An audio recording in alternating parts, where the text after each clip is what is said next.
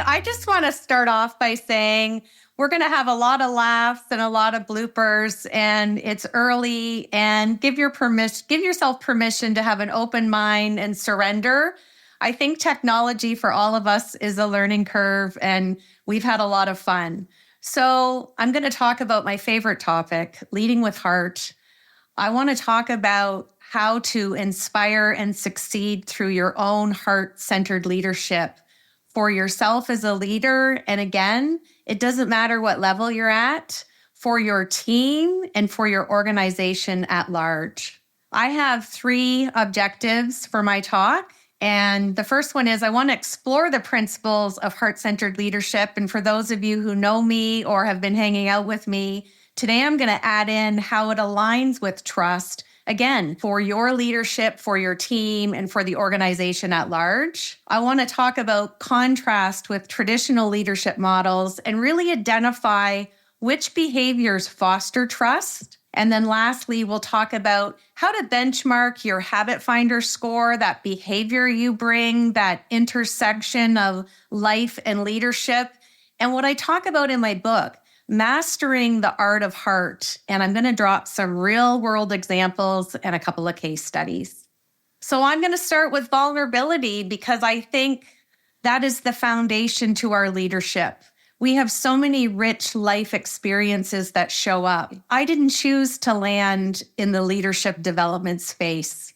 If you had told me 15 years ago that I was going to be a leadership and executive coach, we would have had a great laugh together.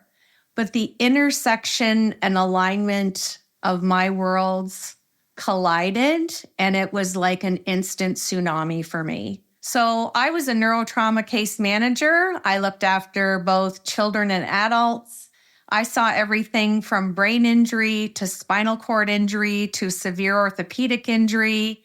And it was a world that I loved. I loved my direct patient care. But near the end, hitting almost 20 years, I didn't enjoy testifying in court to convince a jury that any of my patients were catastrophically injured as they were sitting there in their wheelchairs.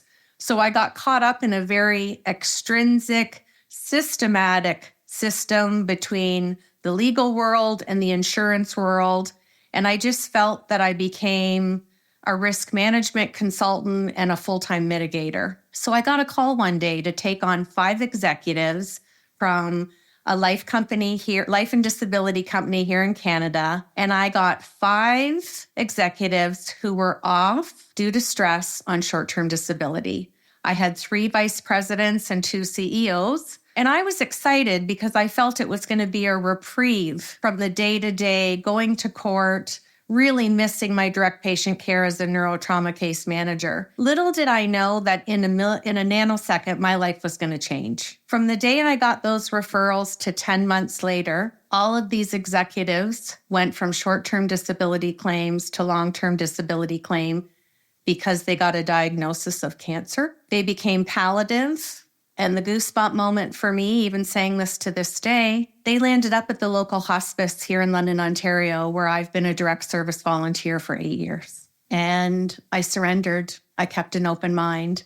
But the richness of that experience, sitting with them at the end of their life, and the top 2 things that they told me was they didn't speak their mind and that they tolerated a toxic culture. So why am I telling you this? I want you to see what you can learn from this story.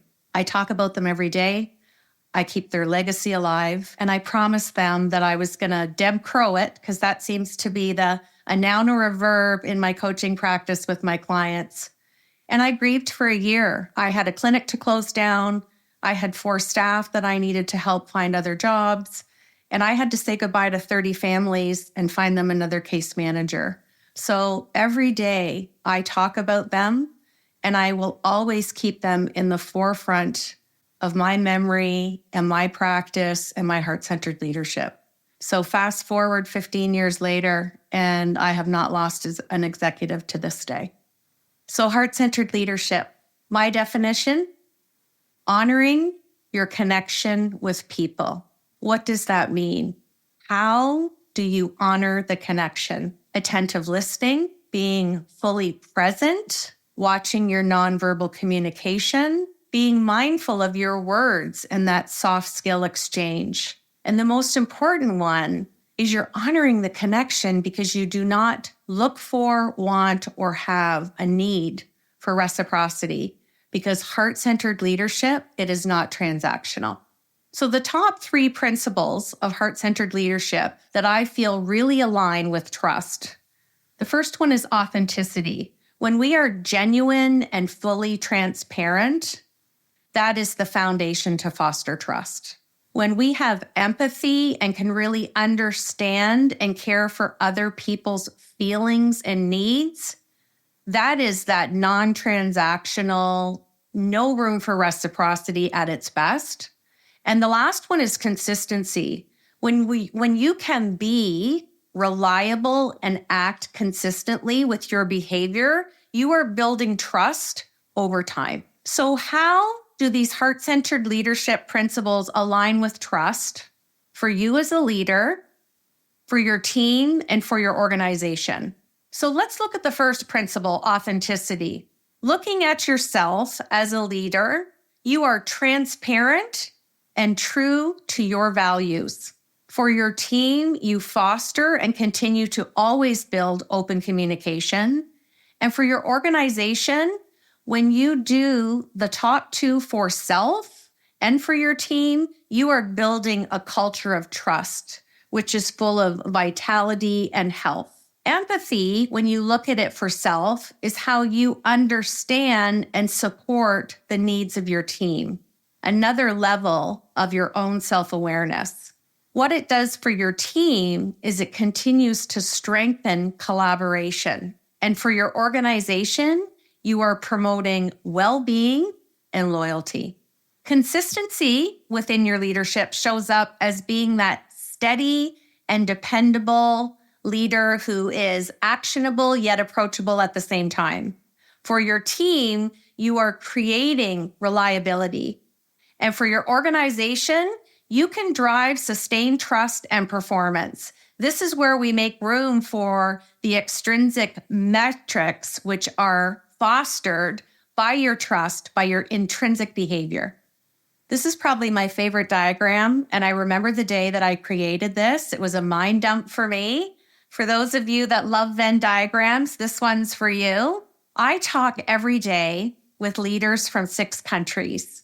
And we talk about business acumen, of course, because that is their goal, from manager level all the way up to C-suite. So business acumen is made up of knowledge, skill, and ability.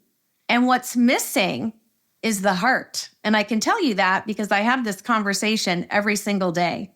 So I got to thinking, when did we lose heart-centered leadership? And I honestly believe and feel that we lost it at the start of the Industrial Revolution. Business became transactional. Communication was an exchange which was completely full of reciprocity. So I'm going to challenge you today. How can we collectively, as global citizens, bring the heart back into business acumen? I can tell you with the leaders that I'm working with that it's possible. It's not easy. And you can't shift a culture in a moment, in a day. It's a continual act of belief and behavior and a value system. But I want to challenge all of you to look at the knowledge, the skill, and the ability that you're bringing to your business acumen within your heart-centered leadership role, and where is there room to grow? Let's take a look now at heart-centered leadership versus traditional leadership. This is the debate coming out in me. And I was challenged during the middle of COVID by Fanshawe College to create a micro-credential series where people could learn about all the different types of leadership. And I will get to that diagram in a moment. So if we look at different aspects of our behavior, our thought, our emotions, our cognition at large, let's challenge heart-centered leadership versus traditional. So heart-centered leadership, Beth Lynn talked about us having focus. That's when we're all in with empathy and emotional intelligence. In traditional leadership, the business acumen and the metrics. So it's that profit before people. And I'm really working hard to invert that fraction. The second aspect is decision-making. When you're a heart-centered leader, you're approachable, you're collaborative, and you're inclusive. In traditional leadership, we're seeing top-down with minimal input. Communication as a heart-centered leader is authentic, it's transparent, and it's personal. In traditional leadership, it tends to be more formal and it has limited transparency. When looking for feedback as a heart-centered leader, you are supportive, constructive, and growth-oriented, as opposed to being infrequent, not present, and completely focused on performance metric, which again is systematic. And the last one is culture. Heart-centered leaders, they want to establish employee well-being and engagement, where traditional leadership, the business acumen's heavy, it's results-driven and competitive. So what are the key behaviors that foster trust in heart-centered leadership? Active listening, vulnerability, consistency, and empowerment. When you choose to be a heart-centered leader and cultivate trust and engagement through empathy and authenticity, collaboration, and contrasting sharply with traditional modern models, that will hinder trust and connection. This is the leadership model that I developed for Fanshawe, and I'm still teaching to this day. We are in year 4, and what amazes me is we've had attendees from all over the world. So the bottom is the prerequisite. It's heart-centered leadership. When you learn and hone the qualities of heart-centered leadership, you have a strong, solid foundation. The intrinsic behavior is there. You then can allow and move into inclusive leadership. And when you've mastered all the facets of inclusive leadership, it allows you to grow and evolve into a mindful leader. And as a yoga teacher and a previous neurotrauma case manager, both of those facets and qualities show up, especially when we're discussing mindful leadership. Mindful leadership is learned, it's practiced, and it's integrated so that you have space to move into and learn to be an assertive leader. Not an aggressive leader, an assertive leader. And a lot of leaders get caught up on those two bits of language, and they're completely different levels of leadership in terms of behavior. Once you're an assertive leader, and I usually see that from the director level to executive level, you then have the openness to evolve into a transformational leader, which is usually at the C-suite level. And it's very interesting how many C-suites have joined me and have started at the bottom and said to me, I wish I had to learn this 10, 20, 30 years ago. We always have room as heart-centered leaders to add to our toolkit. If we're not growing and evolving daily and allowing imperfection to help us fail in order to succeed, we are becoming complacent. And that is easily watched and monitored by your team, by your colleagues, and by the organization at large. So how does your life and work experiences shape your leadership? This is the mastering the art of heart that I talk about in my book, The Heart-Centered Leadership Playbook. How did we get here? Why did you choose to come to this leadership symposium today? What's sitting in your heart that you need to share? What's whispering in your ear that's maybe pulling you in another direction? Just like I shared my story about leaving the medical rehab world and coming into the leadership development space. Think about your life experiences. They've shaped your values, your empathy, and your emotional intelligence. They've also taught you resilience through personal challenges. And I'm sure everyone on this Leadership Symposium webinar today has some personal challenges, including myself. Now think about your work experiences. It has helped you build your decision-making, your authority, your problem-solving skills, but it's also influenced your leadership style through mentors, successes, and setbacks. So let's think about the patterns and the habits that you have in present day. Consistent behaviors, your reaction to challenges. How have you developed communication and leadership approaches over time? You had to do your own self-audit or your own 360. How would you assess yourself? What is that self-audit? What does that look like? Having self-awareness and reflection is so critical for understanding your leadership style and where you need to grow. And when you can align your inner values with external leadership, that is authenticity at its best. So, leadership, it is not one specific element. Every one of you on this webinar today is bringing their own uniqueness to the role that you are currently leading in. But I want you to embrace it is not your title, your role, or your responsibility that is making you a great leader. It is the sum of your life, your work, and your academic experiences that offers the ability to be the greatest leader that you are present day. And your journey started when you were young. And the things that happen in our lives impact how we love and who we love. And I know a lot of professionals, and you're going to meet Claude Silver later today from VaynerX. Claude brings the word love into Vayner. It's a noun, it's a verb, and it's a daily behavior. So I want to challenge you today. How do your life experiences impact how you handle triggers? When you have something that triggers you at work, do you know where that's coming from? How do you handle eruptions at work? How do you deal with anger and sadness and grief and power for yourself and for your team, or if a colleague approaches you? Any major transformation has to start with a delivery in very small quantities. The integration of people's journey is where your attentive listening and presence is so needed. And when you're not paying attention, people pick up on that energy.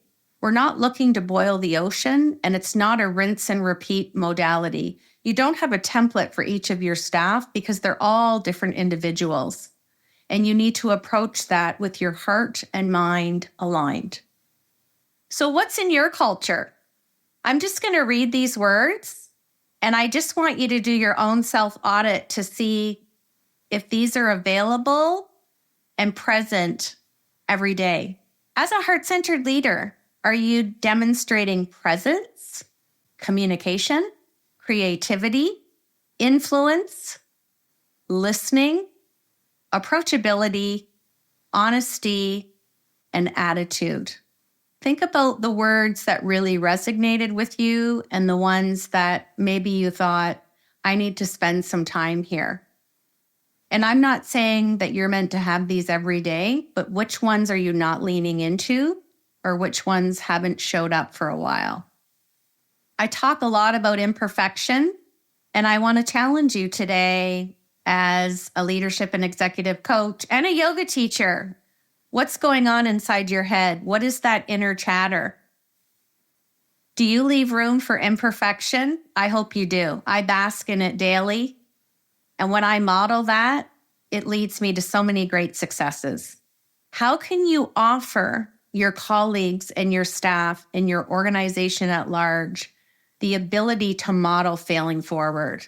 Some of the greatest faux pas, mistakes have turned into great successes. And I know everybody knows Post-it notes. Art Fry made a big mistake on the line at 3M Canada here in London, Ontario. And it turned out pretty good for the company. And I know everybody uses Post-it notes. What an ability for 3M to take that mistake and turn it into something so successful to present day. So as a yoga teacher, I threw in one of my favorite diagrams that I share with my students. And we start at the top. I understand, I see, I speak, I love, I do, I feel, I am. If your heart is the main characteristic of your leadership, lead on. And I want everyone to just pause for a minute and read this and really take those words and that beautiful heart that I made for you. What's holding you back from being heart-centered? And if someone has told you that heart-centered leadership doesn't have a place, I'm going to debate that because I was told for 30 years it didn't have a place, and I just kept leading on, and look where I am today. Beth Lynn mentioned my book. I never dreamed in a million years that my book would land up number 1 and in the top 10 in health administration. I call that a full life circle moment. So I want to encourage you today to let it be your main characteristic and have courage and strength. When we talk about thought leadership, I encourage my leaders to have the visceral feeling of being creative without obligation. Our leadership language comes from a place of being self-directed. You want to do something, you get to do something, you're choosing to do something. Heart-centered leadership should reside in your constitution. And it's not about your brand or your company logo. It's you behaving what you say you're putting out there. And when we remove that obligation cloak off our shoulders, it's amazing the creativity, the innovation, and the progression that happens as a leader. And again, I would rather dump my mind and try something and move forward than not try at all. So where are we post-pandemic? We are certainly in an agile world. But again, it's not about transactions. It's not a methodology. It's not a specific way of developing policy. It's not a framework of process. So how do we get to mastering the art of heart and benchmarking our Habit Finder score? For those of you, though, that aren't familiar with this word, equanimity, it's one of my favorite words. This is the mental calmness and composure that you bring and resides daily in your self-awareness. This is the behavior that manages who you are, how you respond. Intrinsic validation, when you can master the art of stepping into someone else's world, that's creating real connection.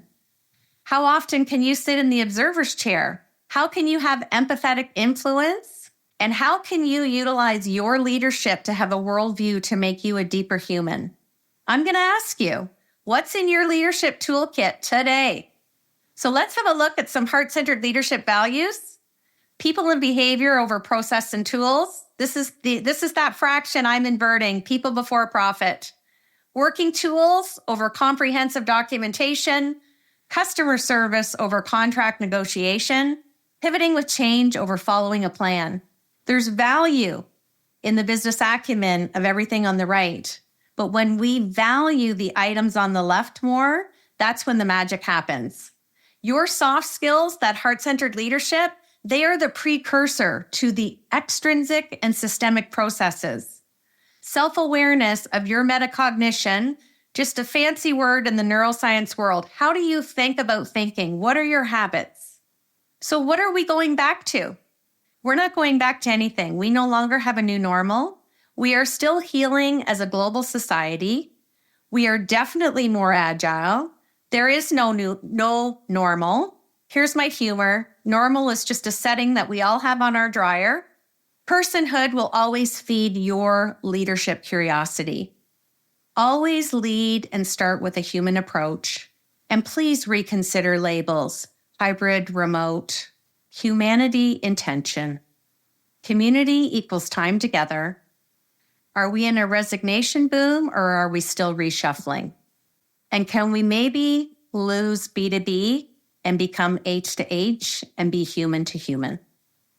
Empathetic accuracy. This is how accurate one person can infer the thoughts and feelings of another. This is the observer's chair. This is your intrinsic validation. And have you still been monitoring your team behavior? In person, online, telephone, email. Who's speaking in meetings? Who is no longer speaking in meetings? Who used to speak at meetings? What are you not hearing? And here's a strategy to improve. I have a CEO that admits he's a poor listener. So I have him close his eyes and turn his monitor off when he's on MS Teams calls and when he's on the telephone. And when he closes his eyes, he's increasing his auditory perception and comprehension. Try this out. It works. My daily heart-centered leadership script for you is this. Your daily audit. How am I showing up as a heart-centered leader? How am I elevating my team? I will make a commitment to learn and grow daily. When we speak with people in different sectors daily, we learn so much because our sector doesn't matter. We're all in the people business. Let's be mindful of our words and have a new mindset for language. I'm on team VUCA 2.0, vision, understanding, clarity, and agility. I want you to remember that willpower is a muscle that is wrapped inside your attitude. Here's for imperfection, heart-centered leadership, and thank you for your time this morning. The heart-centered way is following your heart, have passion, do your best, know your truth, and always be in love with the journey because there is no destination.